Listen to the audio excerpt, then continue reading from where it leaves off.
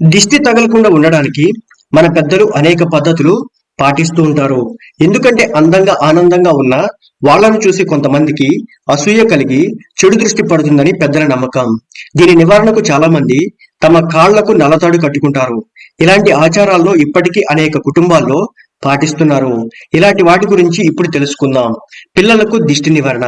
చిన్నపిల్లలకు దిష్టి తగలకుండా ఉండేలా కొన్ని రకాల ఆచారాలు ఫాలో అవుతుంటారు మన పెద్దలు.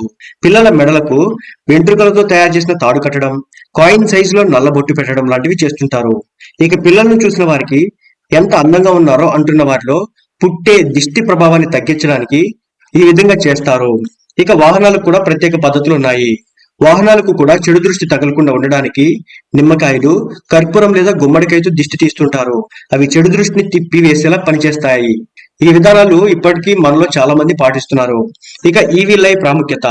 ప్రస్తుత కాలంలో ఈవిల్ ఐ అనే వస్తువు ప్రపంచవ్యాప్తంగా ఎంతో ట్రెండ్ లో ఉంది. ఈ ఈవిల్ ఐ ను ప్రధానంగా బ్లూ కలర్ గాజుతో తయారు చేస్తారు. ఇది రౌండ్ గా కనుపాపలాగా ఉంటుంది.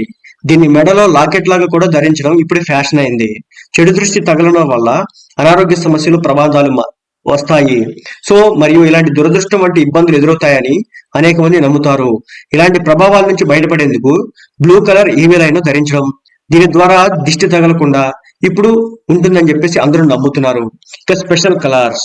వాస్తవానికి ఈవిల్ ఐ సాధారణంగా బ్లూ కలర్ లో మనకు కనబడుతుంది. కానీ ఇప్పుడు వేరే కలర్స్ లో కూడా మనకు లభిస్తుంది. ఒక్కో కలర్ కి ఒక్కో ప్రత్యేకత తెలియజేస్తుంది.